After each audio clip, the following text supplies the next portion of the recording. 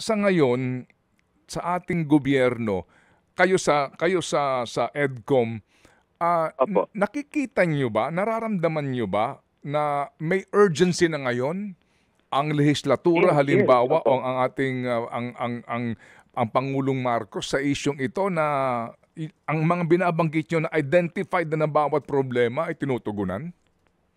Totoo po. Yes, definitely. Alam niyo po, sa totoo lang, kami po sa education sector kasi siguro ako po 15 taon na ako nagtatrabaho sa education sector sa pamahalaan.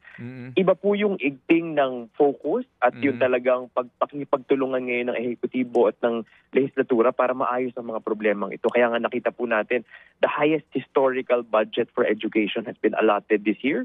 Lumagpas na po tayo ng 4%. Lahat po ng pagtutok, pati si Presidente Marcos, nakakailang pa-meeting na po focus sa education tsaka paano ma-resolve ang mga issues na ito. Pati po yung pakipagtulungan ng DepEd, CHED at TESDA sa isa't isa at pag-uusap na ngayon napaka-regular na po. Hindi po natin to nakita sa ibang administrasyon o to ibang taon sa loob ng nakaraang maraming taon. So talagang marami na pong nangyayari. Nakita po natin nung summer yung literacy remediation program ng DepEd. Sumampa ng 96% yung mga illiterates naging literate. So, kailangan lang po talaga ituloy ang mga ganitong efforts, ang pakikipagtulungan at sana po yung resources para sa edukasyon talagang madagdagan pa ang tulong. Kasi po, nabanggit nyo kanina, mataas ang budget. Pero po, nung tumaas yung budget ng education in the past 30 years, tumaas din po yung population natin. So, dati 14.15 million lang po ang estudyante, ngayon nasa 26.4 million.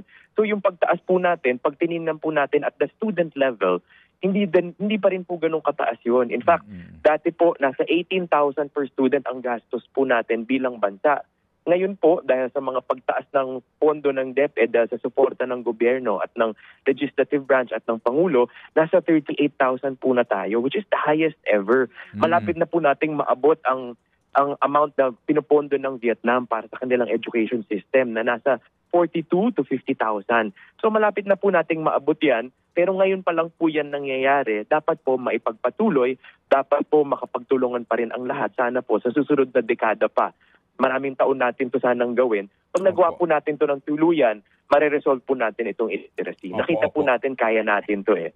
Mga kapatid, brothers and sisters, saan ka pa? Dito na tayo sa totoo.